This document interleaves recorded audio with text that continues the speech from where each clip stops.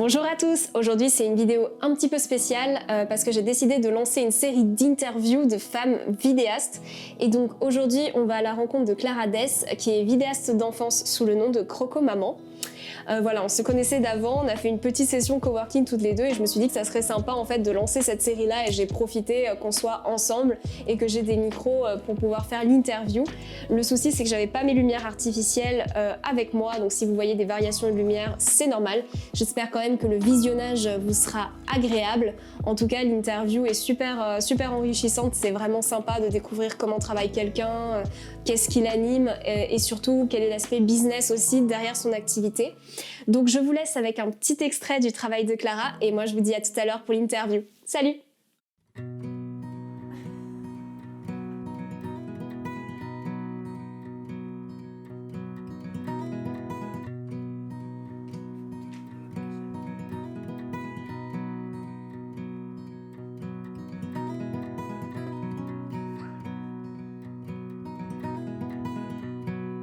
Clara, on a vu une de tes vidéos, là on a vu un petit extrait. Est-ce que tu peux te présenter quand même? Bien sûr. Alors, je m'appelle Clara Dess, je suis vidéaste d'enfance sous le nom de Croco Maman. Ça marche. Et c'est quoi vidéaste d'enfance exactement? Vidéaste d'enfance, alors en clair, je fais des films de famille pour faire des souvenirs aux parents. Et tu exerces cette activité depuis combien de temps déjà? Ça va faire bientôt 2 ans que je me suis lancée à mon compte, mais j'ai un parcours de 10 ans de télévision derrière moi, où j'étais monteuse vidéo, donc ça fait depuis assez longtemps que je fais de la vidéo. Et en fait, tu t'es mise à être justement vidéaste de famille au moment où tu as eu ta fille, justement, c'est ça? Oui, en fait, quand ma fille est née, à la maternité, j'ai eu envie de la filmer, de capturer ses moindres gestes, son premier regard, son grain de peau. Et j'ai fait un film et après, je me suis dit que j'avais envie de faire la même chose pour les autres. Et pourquoi c'était important pour toi d'immortaliser tous ces moments-là quand ta fille elle est née? Tout simplement pour moi, en tant que maman, pour pas oublier comment était ma fille, pour se souvenir vraiment des moindres détails. J'avais vraiment l'impression que le temps allait passer tellement vite, je voulais me souvenir de tout. Et aussi pour elle, pour lui créer un témoignage, pour lui créer un souvenir pour elle, pour qu'elle puisse voir quand elle sera grande comment elle était bébé. Du coup, tu as été monteuse pendant 10 ans à la télé. Et comment tu t'es dit que tu pouvais te lancer en tant que vidéaste de famille? Parce que c'est quelque chose qui est quand même... c'est pas commun. Genre, moi, j'en connais pas. T'es la seule que je connais qui fait ça. Du coup, comment est-ce que t'en es venue à te dire « ça, je peux en faire un métier » ? Alors, quand j'ai filmé ma fille à la maternité, donc j'ai fait un montage de sa naissance à ses 2 semaines. Je l'ai mis sur les réseaux sociaux et suite à ça, j'ai reçu beaucoup de messages en privé de gens qui me disaient « T'as tellement de chance d'avoir ça, c'est fou, si j'avais pu faire ça à la naissance de ma fille, je l'aurais fait aussi, etc. » Et en fait, je me suis dit « Mais j'ai tellement de chance pour moi, en tant que maman et surtout pour ma fille, elle aura tellement de chance d'avoir cette vidéo. » Et là, je me suis dit « Mais c'est ça que je veux faire pour les autres. » Je veux que les gens aient leur vidéo, la même chose, alors que ce soit à la naissance ou quand leurs enfants auront 1 an, filmer les premiers pas, les premiers rires, filmer les moments d'amour ou même pour des enfants plus grands de 5 ans, même de 12 ans, j'ai filmé des grands aussi. Et justement, ton approche avec les familles, c'est quoi quand elles te contactent? Comment ça se passe? Si par exemple, moi je te contacte et je te dis voilà, j'aimerais que tu viennes filmer chez moi, comment ça se passe? Alors généralement, les gens qui me contactent, c'est souvent des gens qui me suivaient déjà sur Instagram, donc qui me connaissent un petit peu. Donc souvent, les gens me tutoient, bonjour, salut, bon, j'aimerais bien un film. Donc déjà, l'échange est souvent assez sympa. Et après, moi, je leur parle vraiment comme je parlerais à une copine. Écoute, voilà, moi, je viens 2 heures chez toi, je vais pas faire de mise en scène, je vais m'immiscer dans votre quotidien, on pourra même papoter en même temps, tout va bien se passer. Je fais vraiment pas du tout de brief, je leur dis juste de rester naturel et que je leur expliquerai le jour même comment ça se passera. Et voilà. Et comment tu fais justement pour t'immiscer comme ça dans les familles, te faire un peu oublier, pour capter les moments de complicité, tu fais comment? Alors il y a 2 cas de figure. Soit vraiment les gens, on accroche tout de suite, on parle, on a un échange et je leur dis en fait on peut même continuer de parler en même temps. Et en fait on parle et pendant ce temps je filme leurs enfants et puis en fait petit à petit je m'éloigne et je les filme, ou alors je me mets sur le pas de la porte et je filme tout en discrétion. Et puis ensuite on reprend notre conversation, donc souvent ça se fait vraiment de façon très fluide. Après je leur dis toujours, faites comme si j'étais pas là. Je ne garde pas tout, je garde pas tout ce que je filme, et je ne garde surtout pas tous les sons. Je gardais que les rires, vraiment les rires et quelques phrases qui m'intéressent. Mais vous pouvez même parler de ce que vous allez manger ce soir, parler de trucs du quotidien, parce qu'en fait je le garderai pas. Donc souvent les familles font vraiment comme si j'étais pas là. Et on m'a toujours dit que je mettais les gens à l'aise. Donc, Ça t'est arrivé qu'on t'oublie ? Oui, ouais, ça c'est bien, mais souvent on m'oublie, donc ça fait des films réussis. Ou alors vraiment, si les gens sont un peu stressés, je les détends en disant bon bah alors là, t'inquiète pas, par exemple je suis en train de filmer ton visage, mais en fait je filme les fleurs qui sont derrière, toi t'es tout flou, je leur dis un peu ce que je fais aussi, mais souvent il n'y a pas de souci. D'accord, c'est chouette. Pour garder quand même une esthétique, si les gens sont pas à l'aise, c'est ça ? D'accord. Ouais, et puis surtout, je vais pas filmer, si je sens que la personne n'est pas à l'aise, je vais pas la filmer en gros plan, je vais me reculer, ou je vais la filmer discrètement dans un miroir. Donc souvent, vraiment, j'ai l'impression qu'on m'oublie. C'est bien.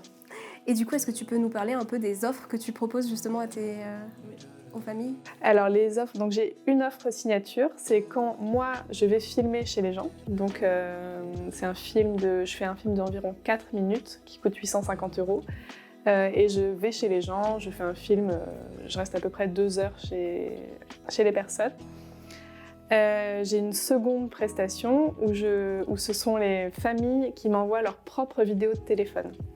J'ai créé cette offre pendant les confinements parce que je ne pouvais pas me déplacer. Du coup, les gens m'envoyaient leurs propres vidéos de téléphone et moi, je faisais un petit montage.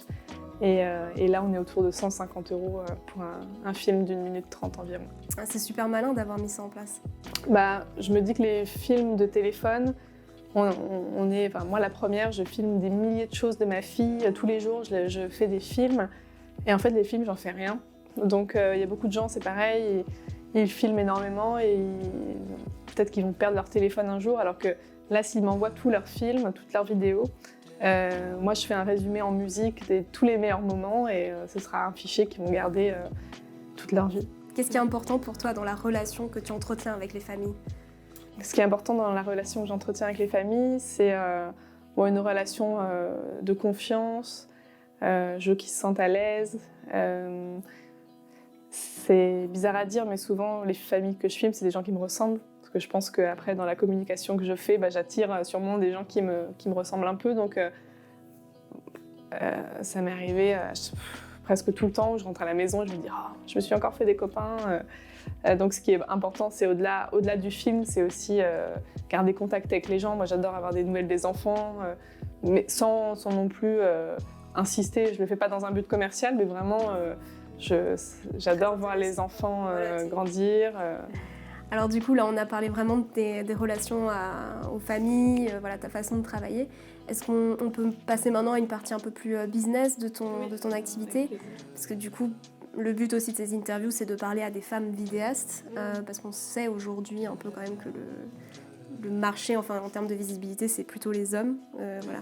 Donc quel conseil tu donnerais toi à une vidéaste femme qui veut se lancer ? Alors j'en ai plein. Bon, tout d'abord, c'est de ne pas se comparer. Deuxième chose, c'est éventuellement de contacter des vidéastes qui ont déjà fait le chemin. Vous pouvez me contacter avec grand plaisir pour un peu savoir par quoi t'es passé. Moi, j'ai aussi demandé conseil à des gens, ça m'a beaucoup aidée.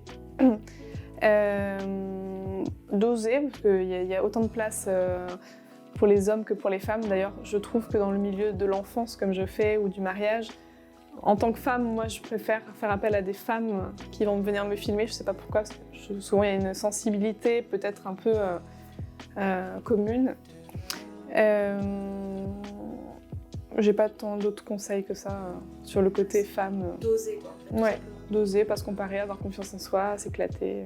Et du coup, est-ce que toi, avant de te lancer en tant que vidéaste de famille, tu avais compris qu'il y avait quand même un enjeu entrepreneurial derrière business tout de suite ? Non, pas du tout. J'avais pas du tout pensé au côté business quand je me suis lancée. Pour moi, c'était une passion. où je me disais bon, c'est ma passion, c'est ma passion, c'est ma passion. Et en fait, à un moment, je me suis dit, mais en fait, ce n'est pas que ma passion, j'ai besoin de vivre, de payer mon loyer, donc à un moment, il va falloir que je pense business. Et je me suis fait coacher pour ça, pour assumer le fait que oui, je pouvais vivre de ma passion et que ça pouvait aussi être un business. Quand je parle de business, c'est pas, je m'en fous pas plein les poches, c'est juste gagner de l'argent avec ma passion. Donc il y a vraiment ma relation au... Je suis passée d'une passionnée à non, je suis une business woman. Et comment justement tu as fait pour t'aider dans cette démarche? Tu as fait partie d'un collectif, tu as suivi des formations, est-ce que tu peux nous raconter un petit peu? Alors tout d'abord, j'ai commencé à écouter des podcasts d'entrepreneuriat. Je recommande le podcast Je peux pas, j'ai business de The Bee Boost qui m'a vraiment énormément aidée. J'ai également fait partie d'une de ces écoles en fait, business sur 4 mois qui s'appelait la BSB Academy. C'était vraiment des cours business et surtout comment avoir confiance en soi, comment travailler son rapport avec l'argent. Et je fais également partie d'un réseau de femmes entrepreneurs lillois qui s'appelle F Collective. Je dis c'est lillois, mais en fait c'est sur Internet, donc ça peut être fait de partout. Où pareil, j'ai beaucoup de cours business et c'est vraiment surtout ce collectif qui m'a aidée à prendre conscience que c'était pas juste une passion, mais c'était un business et que pour faire tourner un business, il y avait pas mal de codes et de règles à respecter. Et comment tu t'es fait connaître auprès d'eux, auprès des familles? C'est quoi un petit peu? Est-ce que tu as une stratégie particulière? Qu'est-ce que tu as fait? Comment je me suis fait connaître? Alors, à la base, j'avais créé un compte Instagram quand j'étais enceinte. Je pensais rester sur Instagram 9 mois, puis après arrêter. Je photographiais mon ventre vu du dessus et en fait, je me suis fait une petite communauté comme ça de mamans enceintes qui ont commencé à me suivre parce qu'elles étaient enceintes aussi. Quand j'ai commencé à vendre mes vidéos, à proposer ça, j'ai eu tout de suite des premiers clients parmi ces personnes-là.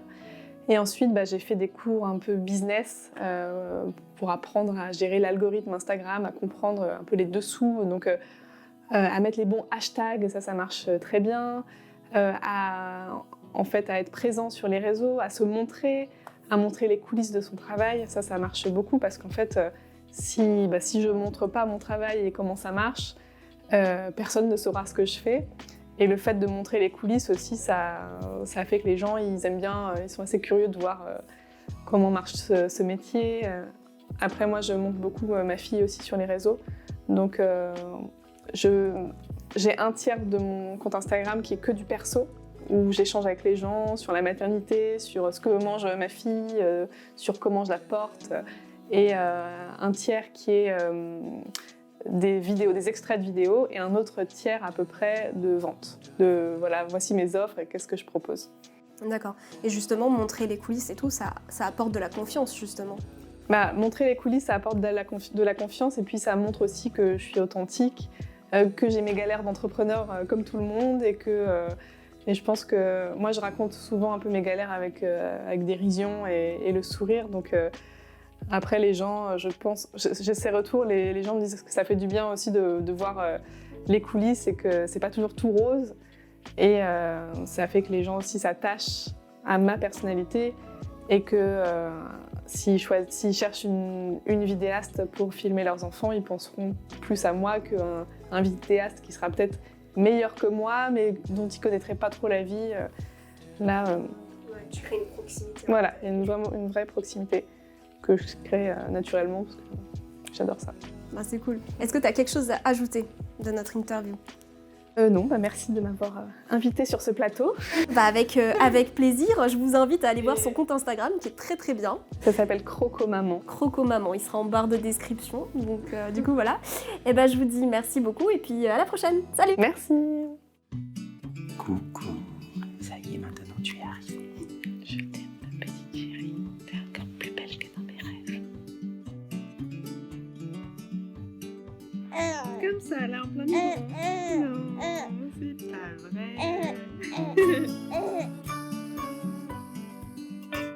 C'était comment la crèche? T'as bien aimé?